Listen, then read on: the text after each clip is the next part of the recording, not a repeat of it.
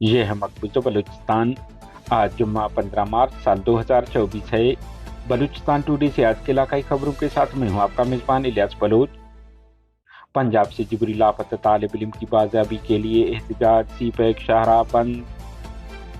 Voice for Baloch missing persons کے جاری بیان میں کہا گیا ہے کہ خدا داد اور آصف شاوانی کی جبری گمشدگی کی تفصیلات ان کے اہل خانہ نے VPMP کو فراہم کر دی ہیں۔ تنخواہوں کی عدم ادائیگی، جامعہ بلوچستان کے ملازمین اور اساتذہ کا روزے میں بھی احتجاج جاری۔ سندھ میرپور خاص میں 18 انچ قطر گیس پائپ لائن دھماکے سے تباہ، PLA نے ذمہ داری قبول کر لی۔ تنظیم کے مرکزی چیئرمین زاہد بلوچ اور junior joint secretary Asad Baloch کی جبری گمشدگی کو 10 سال مکمل ہو گئے مگر وہ تاحال لاپتہ ہیں۔ عالمی ادارے کردار ادا کریں۔ BSO وسطی مہمہ 2 مختلف واقعات میں فائرنگ سے خاتون سمیت 3 افراد ہلاک۔ تربت میں فائرنگ سے 2 افراد زخمی ہو گئے۔ کوہلو سے نعش برآمد۔ ڈیرہ بگٹی سے 3 سال بعد پولیو وائرس کیس رپورٹ ہوا۔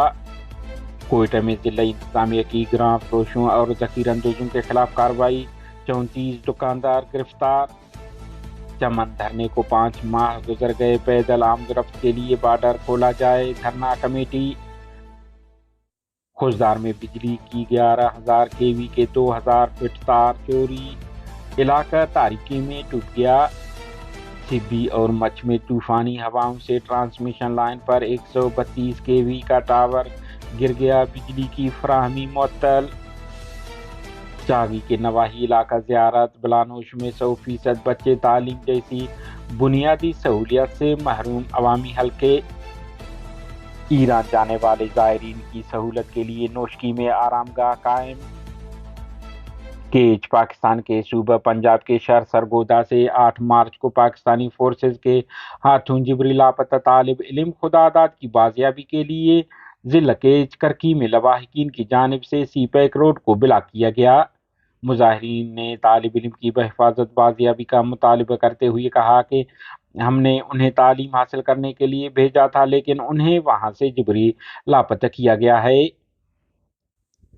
سندھ کے علاقہ میرپور خاص شاہی روڈ کے مقام پر گزشتہ رات بلوچستان سے کراچی اور دیگر علاقوں کو جانے والی 18 انچ کے قطر گیس پائپ لائن کو دھماکے سے تباہ کر دیا گیا۔ دھماکے کی آواز سے پورا علاقہ گونج اٹھا۔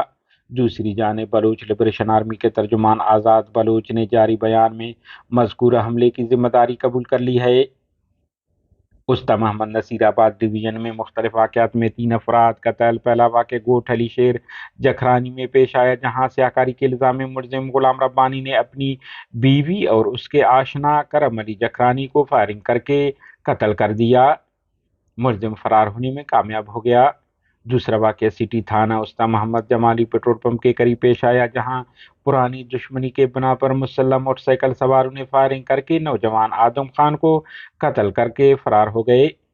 تربت میں مسلح افراد کی فائرنگ سے اسکر ولد شیر محمد سکنہ سلالہ بازار افسر اور ماجد ولد سنجر سکنہ افسر زخمی ہو گئے۔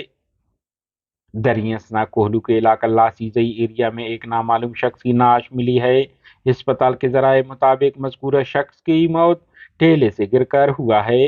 نعش شناخت کے لیے DHQ ہسپتال کے سرد خانے میں رکھا گیا ہے۔